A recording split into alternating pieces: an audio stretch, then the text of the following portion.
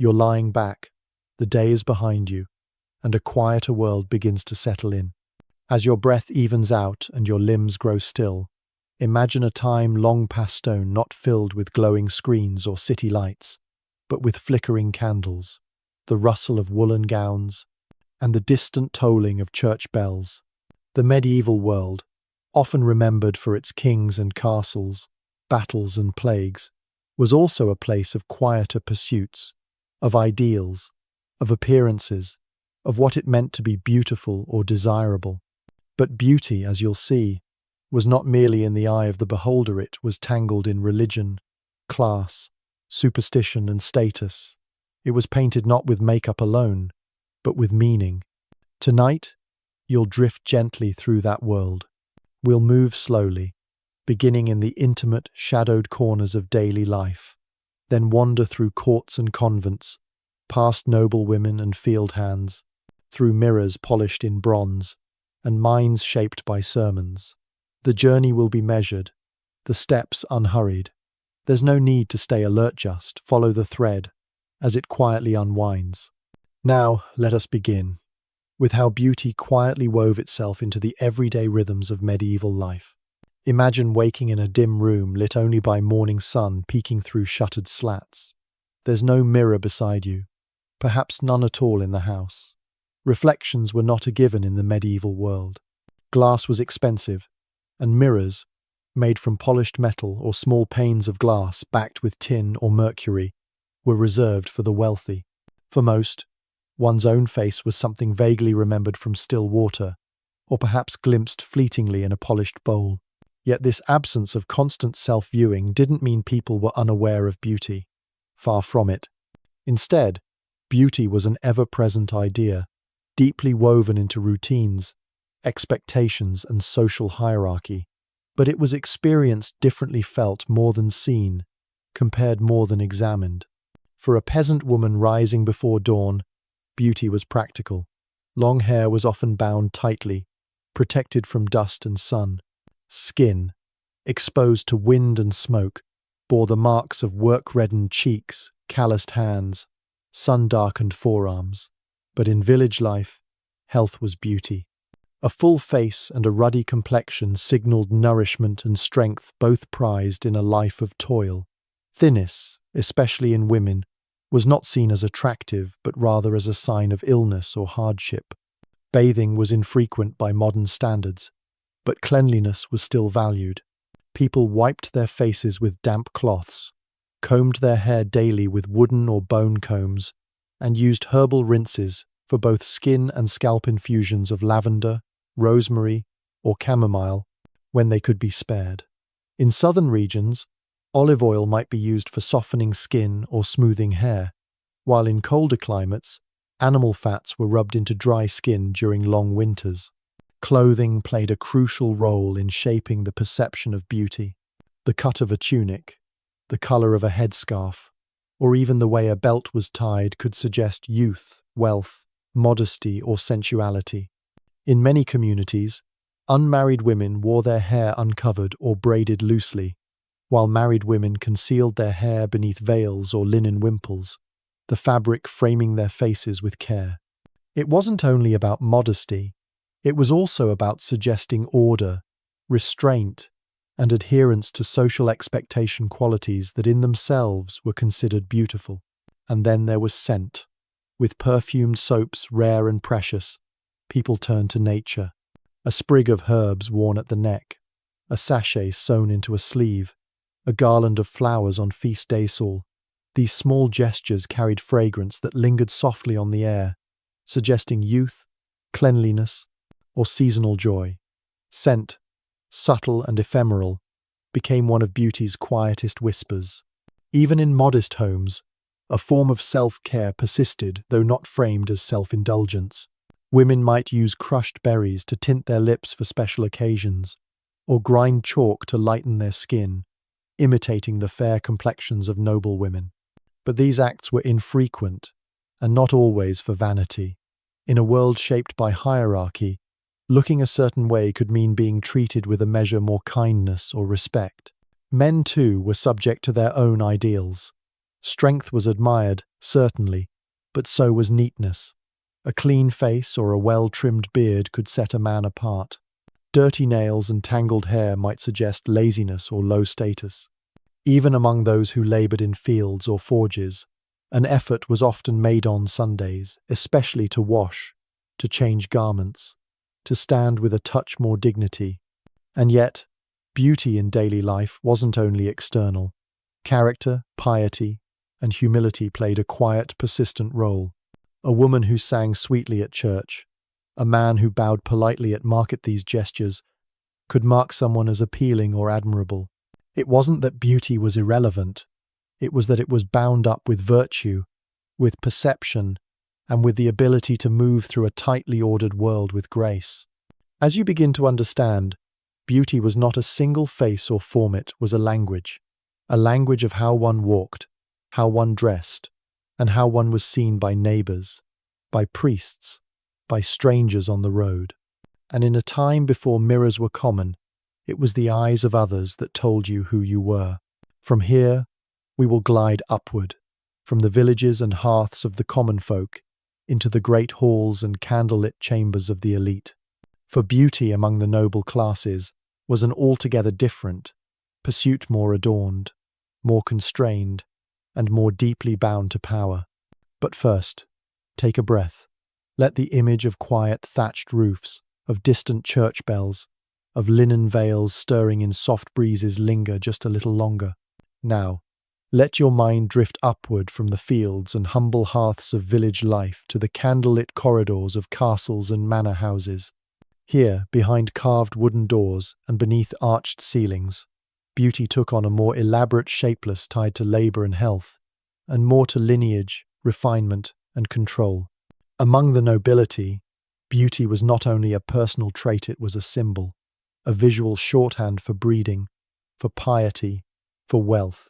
It was as much about performance as appearance, and much of that performance revolved around restraint. For noble women especially, the ideal form was carefully constructed, both literally and symbolically. A fair, unblemished complexion was prized, not because of inherent value, but because it suggested a life untouched by the sun, by wind, or by labor. Pale skin implied privilege. And to maintain this pallor, women often used powders made from ground white lead, or chalk, sometimes mixed with egg whites to create a smooth, painted effect. It was not always safe, nor particularly comfortable, but in a world without sunscreen or dermatology, these concoctions marked one's distance from the outdoors. Hair, too, was shaped to fit the ideal. Blonde hair, especially golden or strawberry hue, was considered most beautiful in many parts of Europe. Naturally, dark hair might be lightened with lemon juice and sun exposure, or washed with special herbs to bring out a glimmering sheen. Hairlines were sometimes plucked to create a high forehead, thought to indicate intelligence and noble bearing. Eyebrows were thinned or removed, further emphasizing the smooth, elongated visage considered most desirable. Cosmetics, though used more commonly among the elite, were applied with discretion. Heavy makeup was associated with vanity or worse, with courtesans and performers. So the goal was subtle enhancement, a faint blush from crushed roses, a gloss from animal fat or wax, and perhaps a hint of kohl around the eyes to make them appear larger, more soulful. Beauty was not only to be possessed, it was to be controlled, understated, contained within the bounds of good breeding. Dress played a central role in shaping a noblewoman's image. Long, trailing gowns made from silk, velvet, or fine wool fell in elegant lines, often embroidered with intricate designs or edged with fur. Sleeves were sometimes so long they touched the floor, not because it was practical, but because it signaled that the wearer did not need to use her hands for work. Tight bodices and girdles helped shape the figure, often accentuating a narrow waster look admired not necessarily for health, but for its associations with youth and fertility. Jewelry added further layers to this construction. A string of pearls, a delicate brooch, a ring inset with sapphire or garnet, these were not only adornments, but silent markers of status. Even the choice of stones carried meaning. Pearls symbolized purity, Emeralds were thought to calm the spirit. Garnets might ward off disease. Beauty, then, became not just a surface, but a signal visible, intentional, and laden with unspoken messages. For men of noble birth, appearance mattered as well, though the ideals were shaped by different forces. Strength and symmetry were prized, yes, but so was elegance. A tall frame, a straight posture, a face free of scars or deformity, these were seen as signs of divine favor, or at least of good fortune. A knight, freshly bathed and clad in a doublet of fine cloth, might braid ribbons into his tunic, or wear a scented token from a lady. His boots would gleam, his hair would be trimmed, and his hands, despite years of swordplay, would be carefully cleaned. And yet, just as with women, too much attention to appearance could be frowned upon. Vanity was a spiritual danger. Pride, after all, was among the 7 deadly sins. So even among those with the means to dazzle, beauty had to walk a fine line, visible, yes, but always modest, always tempered by virtue. Clergy and chroniclers of the time often wrote of beauty in religious terms. A woman's fair face might be compared to the Virgin Mary's purity. A man's handsome bearing might be seen as a reflection of divine order. But equally, they warned that outward beauty could be a snare, an illusion, a temptation. Thus, the medieval ideal was not merely to look beautiful, but to appear beautiful in a way that aligned with piety, humility, and social role. And still, even within these boundaries, there were quiet rebellions. A woman might secretly darken her lashes with soot before a feast. A young man might wear his tunic a little more tightly, or grow his hair a shade longer than fashion allowed. These small gestures, harmless, today carried subtle tensions in a world where every choice in dress or grooming spoke to deeper values. As we leave these halls of velvet and gold, the flicker of candlelight behind us, we step next into the sacred spaces of cloisters and monasteries, where beauty was renounced, so it seemed. But even in places of silence and prayer, the body, the face, and the spirit remained quietly intertwined. Let the image of embroidered gowns and polished mirrors gently fade from your mind, as we prepare to enter a world shaped by vows, veils, and visions. Let us now pass through iron-gated cloisters, where the echoes of chanting fill long stone corridors, and the air hangs thick with incense and candle wax. The monastery and the convent worlds, apart from the clamour of courts or the bustle of villages, offered a different vision of life, and by extension, a different understanding of beauty. Within these sacred spaces, earthly appearances were, in theory, of little concern. Monks and nuns took vows of poverty, chastity, and obedience, stepping away from the vanities of the outside world. Hair was often shorn, garments were plain, and the body was considered a vessel temporary, flawed, and ultimately unimportant compared to the eternal soul. And yet, beauty persisted here, not as vanity but as symbolism. The idea of physical beauty became infused with religious metaphor. A clean soul, a pure heart, an obedient spirit, these were described in terms often borrowed from physical appearances. A radiant countenance might mean spiritual joy. Unblemished was a word as much about morality as complexion. Even when outward beauty was renounced, it lingered in language, in thought, and in the quiet rituals of religious life. The nuns, often from noble families, were expected to embody a kind of celestial beauty, one not adorned with pearls or paint, but with prayer and gentleness. Their habits, often of coarse wool or linen, veiled the body, but framed the face with soft folds. In some orders, even the shape of the headdress was symbolic, designed to mimic angelic halos or bridal veils, reinforcing the spiritual marriage between the nun and Christ. The aesthetic was not incidental, it was intentional, quiet, and full of layered meaning. Cleanliness, though not indulgent, remained a modest virtue. Monastic rules included rituals for washing hands and feet, for grooming the hair, and for maintaining a certain order in personal appearance. This was not for vanity's sake, but for discipline. For monks and nuns alike, a disordered appearance might suggest a disordered spirit. To live in God's house was to live with care, even in the smallest of things. Within these walls, beauty was also sought in harmony. The layout of cloisters, the symmetry of altars, the careful copying of illuminated manuscripts all reflected a deep reverence for order and proportion. A monk might spend months illuminating a single letter in a gospel, using ground minerals and gold leaf to create patterns that shimmered quietly in the light. These visual gestures weren't considered distractions, but devotions. The act of creating something beautiful was itself a prayer. And there were those who, even cloistered away, still inspired whispers of admiration. Stories abound of nuns with eyes like polished glass, or voices that turned simple psalms into haunting melodies. Sometimes, visiting nobles would remark upon a nun's delicate hands or graceful gait, quietly, respectfully, as though acknowledging a beauty too sacred to be claimed. These moments, fleeting and subdued, remind us that human perception does not vanish with vows.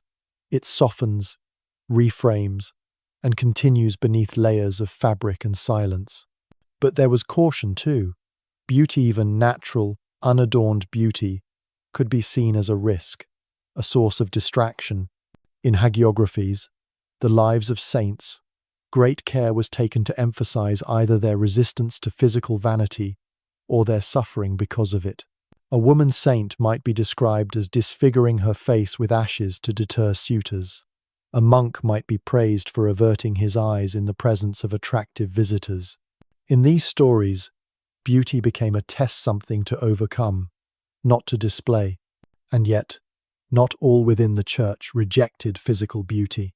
In Gothic cathedrals, in stained glass windows, in the carved folds of stone angels' robes, one finds a reverence for the divine made visible through form.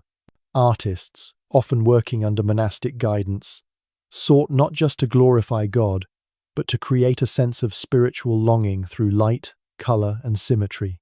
Here, beauty was not indulgence, it was elevation. Even the music, the soft rise and fall of Gregorian chant, carried with it a sense of aesthetic refinement. There were no flourishes, no dramatic leaps, just an even, measured line of tone, much like the voices that now fill your ears. Designed to soothe the soul and focus the mind, the music reflected the very same ideals found in monastic life: clarity, humility, and order. As you rest now, picture the stillness of an early morning chapel, cold stone underfoot, the smell of beeswax and old wood, the flicker of flame against carved saints. A nun in her habit, kneeling in silent prayer. A monk in the scriptorium, his ink-stained fingers resting briefly as he contemplates the next stroke. Here, even beauty rests. Even beauty bows its head. Now, as we move beyond the cloisters, we'll return to the broader world where ideals clashed, where old beliefs met new ideas, and where beauty itself began to change, shaped not only by religion or rank, but by medicine, magic, and myth. But let that transition come slowly, as if the chapel doors creak gently open behind you, and you step quietly into a world of ancient cures and strange concoctions. Now, as the candlelight of the chapel fades behind you, imagine stepping into a space filled with the scent of dried herbs, aged parchment, and faint traces of beeswax polish.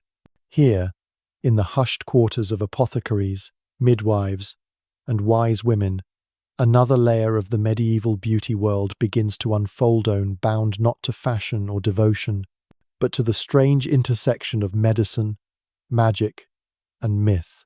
To be beautiful in the Middle Ages wasn't merely a matter of dress or posturate, was a condition to be cultivated, and sometimes even healed. For people of all classes, appearance was tied to the body's balance, its health, and the invisible forces that were believed to govern it. In this worldview, beauty could be prescribed. Medieval medicine followed the ancient theory of the four humours: blood, phlegm, black bile, and yellow bile. These substances, thought to circulate through the body, determine not only one's temperament and health, but also physical appearance. A person with a dominance of blood might be ruddy and cheerful. Too much black bile could result in a sallow complexion and melancholy mood. Thus, if someone's face appeared too red, too pale, or too yellow, it wasn't merely cosmetic, it was symptomatic. The body was out of harmony, and beauty suffered along with it. To restore balance and, by extension, attractiveness, various remedies were recommended. Bloodletting, herbal infusions, special diets, or even the application of leeches might be prescribed to improve complexion. Women seeking whiter skin were advised to wash their faces with vinegar or milk. Others applied ointments made from ground lily roots, alum, or goat's milk to smooth out spots and blemishes. In wealthier households, imported powders, sometimes containing pearl dust or ground coral, were prized for their ability to brighten the skin. And yet, not all beauty remedies came from the learned texts of physicians. Much of what people believed and practiced came from oral tradition passed down through midwives, herbalists, and so-called cunning women. These were individuals who lived at the margins of society, respected and feared in equal measure. They knew which herbs soothed a rash, which salves faded scars, and which elixirs might stoke desire. Some beauty practices blurred the line between science and superstition. To encourage hair growth, one might apply a mixture of nettle juice and chicken fat. To maintain youthful skin, some women rubbed crushed snails or frog spawn onto their cheeks, believing the mucilage would preserve softness. Though these concoctions seem strange now, they were often crafted with keen observation, recognizing that moisture, oil, and certain plant properties could indeed affect the skin, even if the reasoning behind their use was more mystical than medical. Charms and rituals were also part of the beauty arsenal. A maiden might whisper a rhyme while combing her hair under a full moon, hoping for luster and luck. A man might carry a talisman containing rosemary and clove to ward off bad breath and encourage pleasant speech. In an age where the line between the natural and the supernatural was thin, beauty was seen as something both cultivated and protected. Perfumes, though expensive, were sought after by those who could afford them. They were made by steeping petals, spices, or resins in oils or alcohol lavender, rose, and musk being favorites. These weren't applied heavily, but used to scent gloves, handkerchiefs, or garments. Fragrance, subtle and lingering, was believed to influence both perception and mood. Dental hygiene, though primitive by modern standards, was not entirely neglected. People chewed herbs like mint, anise, or fennel to freshen breath. Tooth powders made of crushed sage, salt, or even powdered deer antler were used to scrub the teeth, while rinsing with wine or vinegar was common. A smile, however rare in portraits, was still a part of beauty's unspoken language. Even posture and movement had their remedies. Walking straight, speaking softly, and using measured gestures were encouraged, especially among the upper classes. Manuals on courtesy and comportment advised young ladies to avoid loud laughter, clumsy steps, or exaggerated motion, for such things could mar the impression of grace. Beauty was not only in what one looked like, it was in how one moved through the world. Still, not all advice was benign. Many beauty treatments carried risks. Lead-based powders damaged the skin and sometimes poisoned the body. Strange tonics containing mercury or arsenic were occasionally taken in pursuit of radiance. The pursuit of beauty, especially for those near the top of society, could become a quiet danger, veiled in ritual and wrapped in silk. And yet, behind these elixirs and concoctions lay a deeply human hope here, hope to be seen, to be cherished, to be admired. In a world governed by survival and hierarchy, beauty offered its own kind of power, fleeting though it was. The bottle, the charm, the ointment, all these small gestures whispered the same desire to hold, if only for a moment, the favour of the gaze. Now, as we leave behind the scent of lavender and the flicker of fire beneath bubbling cauldrons, we will step into the realm of contrast where the elite and the ordinary gazed at each other across a widening divide. For beauty, like so much else in medieval life, was shaped not only by tradition, but by class. Let your breath remain even as the herbs are swept away by the wind, and the soft voices of healers fade into the hush of the broader world beyond. Now let the air settle again quiet, cool, and open as we shift our gaze outward toward the larger tapestry of medieval society. Picture a village square on market day, a noblewoman passing through on horseback beneath a silk-draped canopy, while barefoot children scamper across cobbled stones and weathered tradesmen glance upward, their eyes catching for a brief moment on the hem of a velvet gown. That glance brief, instinctive, captures a tension that ran deep throughout the medieval world. The contrast between those who wore beauty as privilege and those for whom it was often a distant idea. Beauty in the Middle Ages was not democratic. It was shaped, constrained, and magnified by class. The noblewoman's pale skin and perfumed hair did not only mark her as attractive, they marked her as untouchable.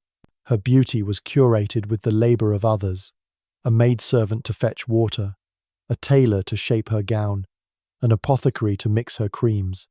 Even her movements were rehearsed and refined, softened by leisure and protected by distance. Her image was a construction visible but elevated, admired from afar. In contrast, the beauty of the lower classes, if acknowledged at all, was of a different kind.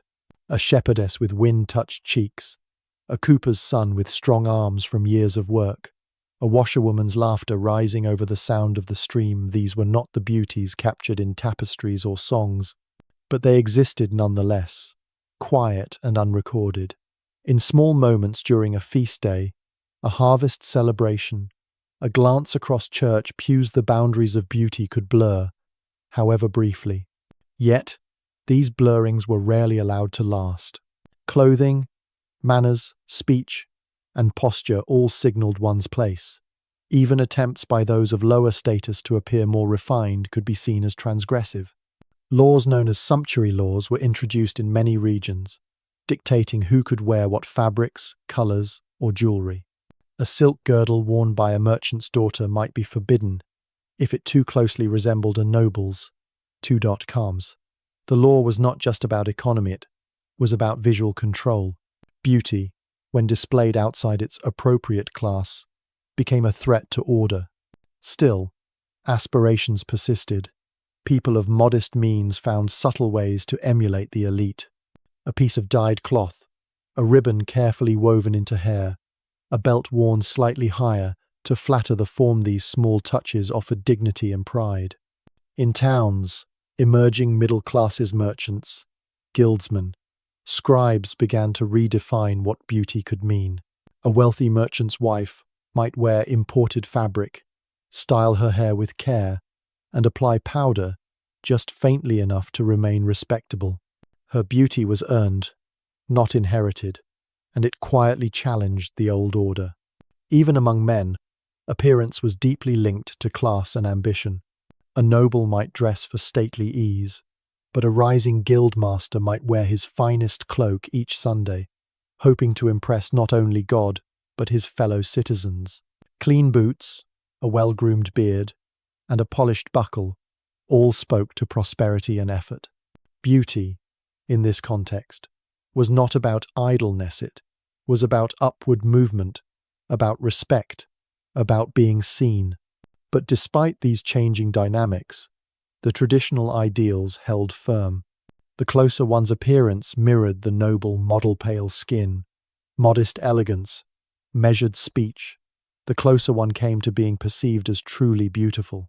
Yet for the working classes, exposure to sun, soot, and strain made such standards difficult, if not impossible, to meet. Thus, beauty remained aspirational, elusive, and often unacknowledged among those who labored the hardest. And yet, within their own communities, alternative standards thrived. A mother admired for her thick braid and strong arms, a young man known for his clear singing voice and steady gait, A woman whose hands kneaded bread with practiced grace. These were local beauties, unpainted and uncelebrated by chroniclers, but very real in the daily rhythms of village life.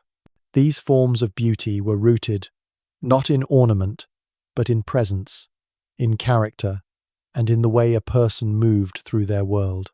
Art and literature of the time preserved the elite version of beauty, the illuminated manuscript with its golden-haired saints, the tapestries with their willowy courtiers. But oral tradition told other stories. Folk songs spoke of maidens with black hair and quick wit, of farm boys whose eyes mirrored the river. These tales, passed from mouth to mouth, offered glimpses of beauty unrecorded by the ruling classes, but just as valued by those who lived them. And so, beauty in the Middle Ages was both a mirror and a mask revealing one's station, while concealing other truths. It shaped expectations, rewarded conformity, and punished transgression. Yet even under layers of linen and law, the human instinct to admire, to aspire, and to express never vanished. As we leave behind the crowded markets and noble halls, we now turn our attention to the curious beliefs and quiet superstitions that surrounded beauty itself. For in this next part of our journey, you'll discover how appearance was thought to reflect not just health or status, but the very contents of the soul. Let your breath fall evenly as the footsteps of nobles and peasants alike recede into the past, and prepare to walk softly into the world of omens, signs, and meaning hidden in the human form. Let your thoughts now drift into quieter spaces where belief lingers like mist between fields, where whispers carry meaning, and where every freckle, twitch, or facial feature might hold a deeper truth. In the medieval mind, beauty was not merely surface, it was a mirror of the soul, a signpost from the divine, or perhaps a subtle warning from the unseen. To understand how people of the Middle Ages viewed beauty, one must understand how deeply they connected the physical body to fate, morality, and inner character. A straight nose might suggest nobility not just of birth, but of spirit. Wide eyes could indicate openness and virtue, while a furrowed brow, even from years of sun and squinting, might be read as a sign of deceit or dark thoughts. Physiognomy's belief that one's appearance revealed moral or intellectual qualities was an enduring idea, borrowed from ancient Greek texts and passed down through scholars, clerics, and common law. It told people that crooked teeth might mean a crooked mind, that a pale, narrow face belonged to someone clever but cold, and that full lips marked sensuality, sometimes admired, sometimes feared. Beauty wasn't just pleasing, it was interpreted. A woman with unusually red cheeks might be thought passionate, or worse, immodest. A man with an unlined, placid face might be suspected of laziness or secret sin. These interpretations varied by region, by class, and by tradition, but they left a lasting mark. One's features, fixed at birth, became a canvas others read like scripture. Birthmarks, moles, and skin discolorations were also subject to intense scrutiny. Some were seen as witches' marks, signs of a pact with dark force, especially if they appeared in hidden places or changed shape. Others might be read as omens. A star-shaped mark could suggest divine favor. A dark patch near the eye might foretell sadness or sight beyond the visible. It wasn't about medical knowledge, it was about symbolism, fear, and wonder. Superstition reached even into daily routines. It was said that a child born with a corallar membrane over the face would be lucky in life and never drown. A person whose second toe was longer than the first might dominate their spouse. Hair color, too, carried weight. Golden hair was angelic, chestnut was loyal, black was mysterious, and red often carried suspicion. Redheads were sometimes associated with Judas, or seen as having unpredictable tempers, though they might also be considered rare and alluring. Dreams, too, were consulted. To dream of someone beautiful was not always a good omen. It might mean longing, or temptation, or even a warning of deception. Conversely, to dream of washing one's face could mean purification, clarity, or the arrival of peace. The moon influenced beauty in ways now long forgotten. Certain days in the lunar calendar were deemed more auspicious for cutting hair, trimming nails, or washing the face. A woman who washed under a waxing moon might be thought to gain radiance. Under a waning moon, she might lose it. These cycles were tracked with the same seriousness one might give the tides or harvest. Even silence here, the lack thereof, could alter perception. A beautiful person who spoke too much, or too freely, risked spoiling their image. Restraint was prized. Speech was to be measured, posture held, gaze lowered. This wasn't only about etiquette, it was about maintaining the illusion of inner calm and outer grace. But not all interpretations were critical. There were also gestures of reverence. A baby with a particularly symmetrical face might be praised as a blessing. A woman whose face seemed to glow in candlelight might be thought touched by divine light. People made pilgrimages to saints' shrines, hoping for beauty, as well as healing, praying to be freed from disfiguring illness, from swelling, from skin conditions that separated them from community and affection. For those afflicted with disfigurement, life could be cruel. Scars from injury or illness, especially diseases like leprosy or pox, carried not just pain but shame. Disfigurement was often interpreted as punishment, whether from sin, fate, or family guilt. People avoided those whose appearances disturbed the expected balance. But even here, stories tell of transformation, of those who suffered outwardly but were praised for their inner light, whose souls shone brighter for the pain they endured. Beauty, therefore, was not just decoration, it was moral, mystical, even prophetic. A face could be admired, but also feared. A handsome man might be considered dangerous. A lovely woman, a distraction placed by the devil himself. The boundary between admiration and suspicion was thin, and always shifting. As these beliefs coursed through daily life, they shaped how people looked at one another and how they understood themselves. A mother might worry over the shape of her daughter's nose. A priest might counsel a bride to cultivate humility if praised too often. And a traveller entering a new village might be judged, not by his words, but by the set of his jaw and the shadows beneath his eyes. Now, as we leave behind the world of signs and meanings, of omens and judgments, we prepare to step into an era of shifting ideals. For the medieval world did not remain unchanged. As trade grew, as cultures met, as the Renaissance slowly stirred to life, beauty began to evolve, drawn into new forms, influenced by distant lands and curious minds. Let the superstitions fade gently behind you, like fog lifting from a field at dawn, and walk now into the glow of change. Imagine now a port city in the late medieval period, Venice perhaps, or Marseille. Ships creak in the harbour, their sails lowered after long journeys across the Mediterranean. Dockworkers call to one another in a chorus of languages, and the smell of spice, salt, and distant places hangs in the air. With each arrival, not just goods came ashore, but ideas, customs, and shifting visions of what beauty could be. By the 14th and 15th centuries, the boundaries of the medieval world had begun to loosen. Trade with the East brought not only silk and cinnamon, but concepts of elegance and refinement unfamiliar to the average European. Persian perfumes, Egyptian eye kohl, Byzantine fabrics, each carried its own history and gradually wove itself into the fabric of medieval fashion. The Crusades, brutal and complicated as they were, had opened a door, however, uneasily between worlds.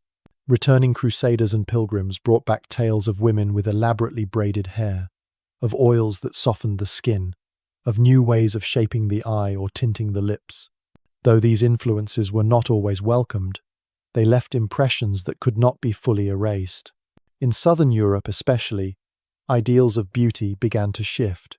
The tall, pale, slender woman of northern Gothic art remained in style, but new preferences crept in, skin with warmer tones, darker hair, eyes that were almond-shaped rather than round. It was not an overnight change, but a slow blending, like a dye seeping into cloth. Among the elite, the growing availability of imported cosmetics, fragrances, and clothing created subtle transformations. Women experimented with henna and crushed saffron to tint their nails or cheeks. Men began to wear more fitted tunics with intricate embroidery, sometimes borrowing patterns and color schemes from Moorish or Eastern styles. The very notion of what was considered proper beauty began to expand. At the same time, new artistic movements were stirring. Painters began to seek more lifelike representations, turning away from the flat, symbolic figures of earlier centuries. Faces became fuller, more individual. Expression returned to the eyes. Realism, in its earlier stages, brought with it an appreciation for difference. A face with character lined, asymmetrical, alive began to draw the eye as much as one sculpted in symmetry. In Italian courts, scholars and artists began to revive classical ideals, inspired by ancient Greek and Roman statues. Proportions were studied, symmetry was praised anew. The ideal female figure became slightly more voluptuous, the male form more muscular and poised. Beauty, once tied so tightly to piety and restraint, began to flirt again with sensuality and pleasure. Modesty remained important, but the door had opened to new interpretations. And with this change came conflict. Church leaders cautioned against the creeping influence of vanity. Writers penned moral treatises warning women not to paint their faces or pluck their brows, lest they fall into the sin of pride. Some cities, like Florence, even issued temporary bans on makeup and jewelry in attempts to restore spiritual order. But the shift was already in motion, and it would not be reversed. Young people in urban centers found ways to emulate nobility, to engage with new styles, and to assert individuality through appearance.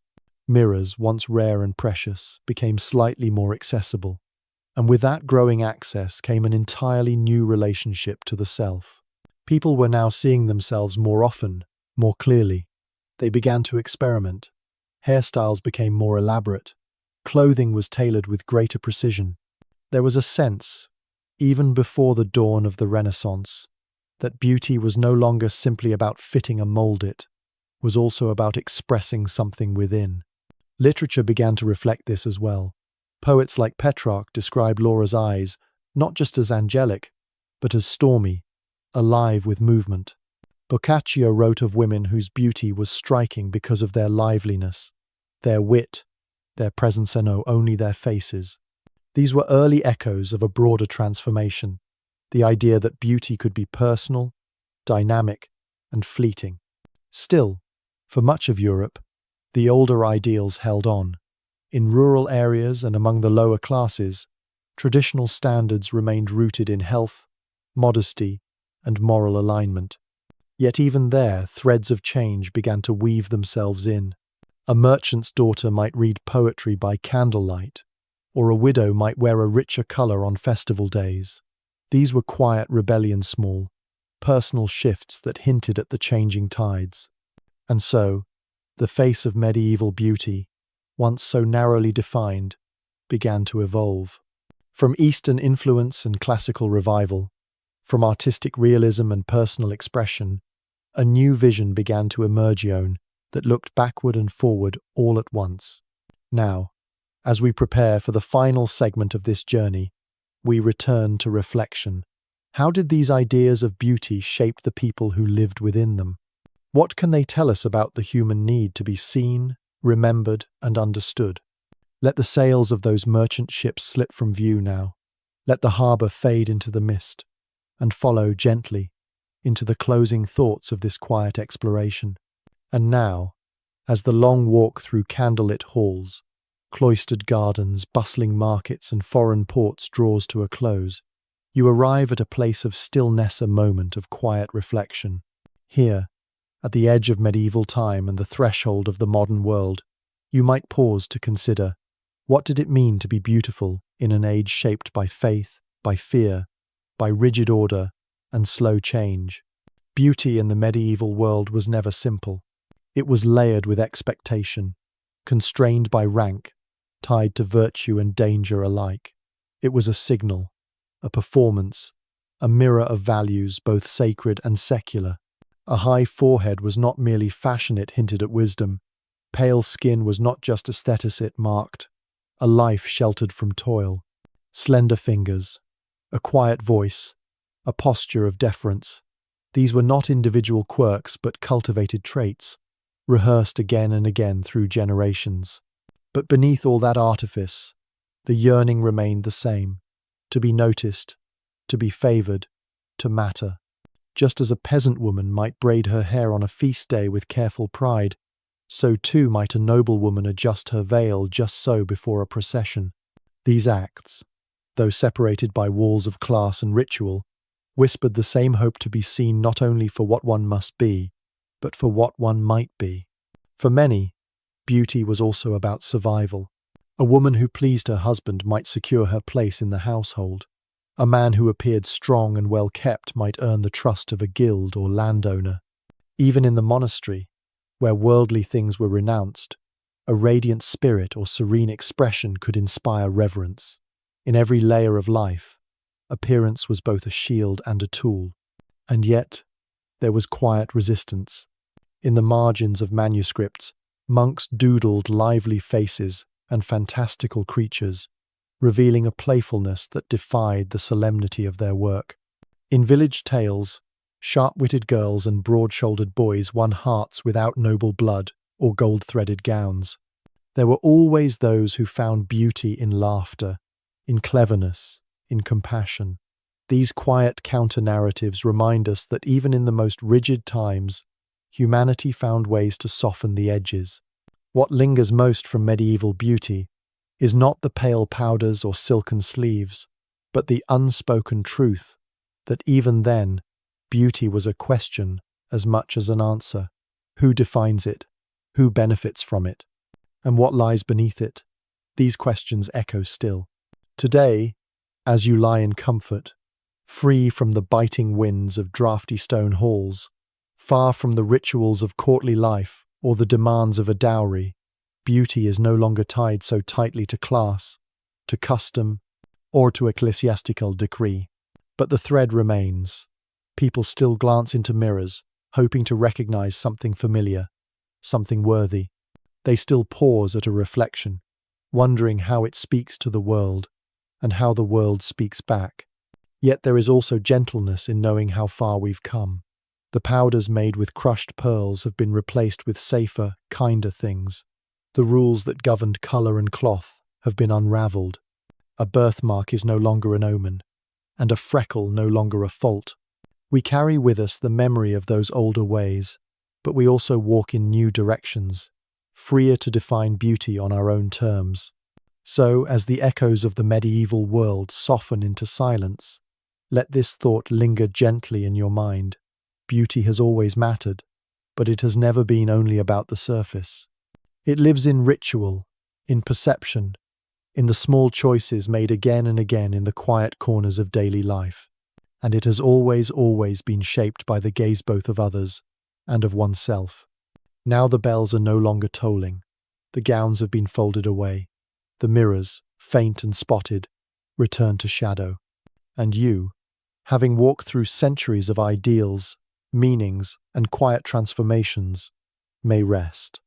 Let the night wrap gently around you, as it once did those who dreamed by firelight long ago. Thank you for listening and walking through the quiet paths of history. In every step on the old stone floor, every glance in the old bronze mirror, we see clearly one thing. Beauty is never just about the waves of skin or clothes. It is a reflection of the soul, of the times, and of the silent beliefs that people put into each strand of hair, each needle and thread. Today, you no longer live in stone castles or under quiet candlelight, but somewhere in the way you take care of yourself, choosing to smile, keeping the gentleness is also a way you are weaving your own definition of beauty. Now, remember, history has passed. The night is gently falling, and thoughts can gradually fade like the morning dew on the distant countryside. Tonight, there is no need to try to become someone else. Just be yourself, peaceful, fulfilled, and quietly beautiful in your own way. Wishing you a very good night's sleep.